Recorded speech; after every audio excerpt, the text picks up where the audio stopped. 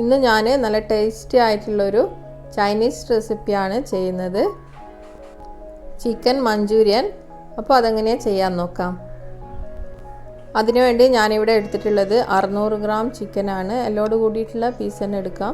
അധികം വലിയ പീസല്ലാണ്ട് ചെറിയ ചെറിയ പീസാക്കിയിട്ട് കട്ട് ചെയ്തിട്ടാണ് എടുക്കേണ്ടത്.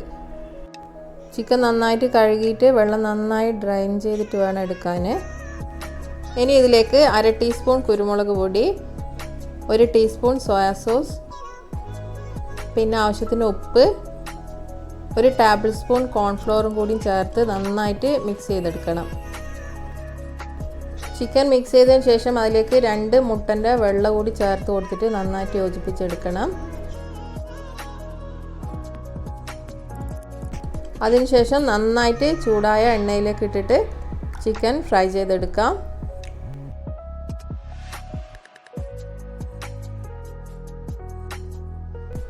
അതുപോലെ ചിക്കൻ മിക്സ് ചെയ്യുന്ന സമയത്ത് ഉപ്പ് നോക്കിയിട്ട് ചേർത്ത് കൊടുക്കാം. സോയ സോസ് ചേർക്കുന്നതുകൊണ്ട് അതിൻ്റെ ഉപ്പുണ്ടാവും. അപ്പം സോയ സോസ് ചേർത്ത് മിക്സ് ചെയ്തതിന് ശേഷം ഉപ്പ് ചേർത്ത് കൊടുത്താൽ മതി.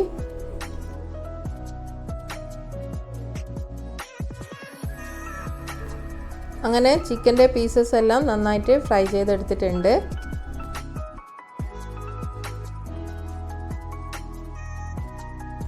ഇനി നമുക്ക് ഇതിന് വേണ്ടിയിട്ടുള്ള ഗ്രേവി റെഡിയാക്കി എടുക്കാം. അതിന് വേണ്ടി 2 സവാള, 1 capsicum, 2 teaspoon ginger, 2 teaspoon garlic, 5 പച്ചമുളക് ചെറുതായി ചോപ്പ് ചെയ്ത് വെച്ചിട്ടുണ്ട്.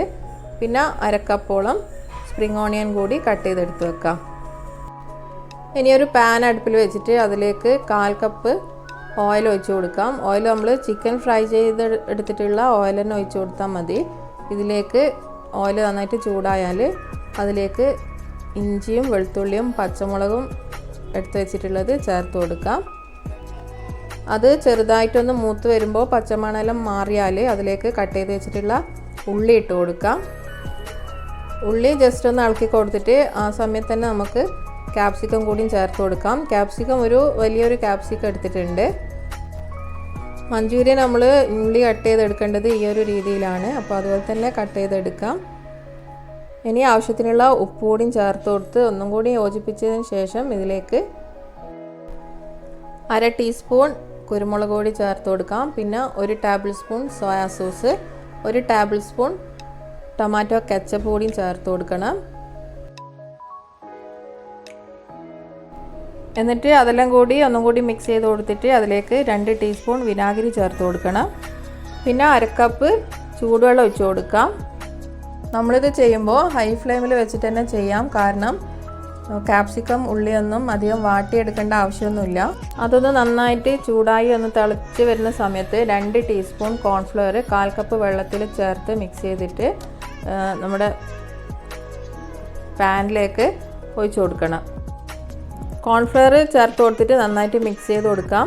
കോൺഫ്ലവർ ചേർത്ത് കൊടുത്തിട്ട് കട്ടി കൂടുതലായിട്ട് തോന്നുന്നുണ്ടെങ്കിൽ അത് നമുക്ക് കുറച്ചും കൂടി വെള്ളം ഒഴിച്ച് കൊടുത്തിട്ട് കുറച്ച് ലൂസാക്കി എടുക്കാം ആവശ്യത്തിനുള്ള. അപ്പം വെള്ളം ചേർക്കുമ്പോൾ പച്ചവെള്ളം ഒഴിച്ച് കൊടുക്കണ്ട, ചൂടുവെള്ളം ചേർത്ത് കൊടുത്താൽ മതി.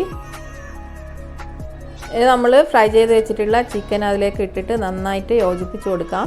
പിന്നെ കുറച്ച് സ്പ്രിംഗ് ഓണിയൻ കട്ട് ചെയ്തതും കൂടി ഇട്ടിട്ട് നന്നായിട്ട് യോജിപ്പിച്ചെടുക്കാം. അങ്ങനെ നമ്മുടെ ചിക്കൻ മഞ്ചൂരിയൻ റെഡി ആയിട്ടുണ്ട്. ഇനി സെർവ് ചെയ്യാം. സെർവ് ചെയ്തതിന് ശേഷം മേലെ കുറച്ച് ഡെക്കറേഷൻ ചെയ്യാൻ വേണ്ടിയിട്ട് കുറച്ച് സ്പ്രിംഗ് ഓണിയൻ കൂടി മേലെ ഇട്ട് കൊടുക്കാം.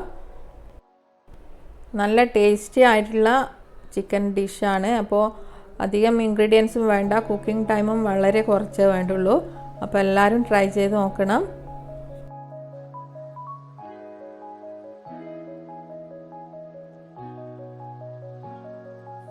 പൊറോട്ടൻ്റെ കൂടെ കഴിക്കാൻ ഏറ്റവും നല്ല കോമ്പിനേഷനാണ് ചിക്കൻ മഞ്ചൂരിയൻ.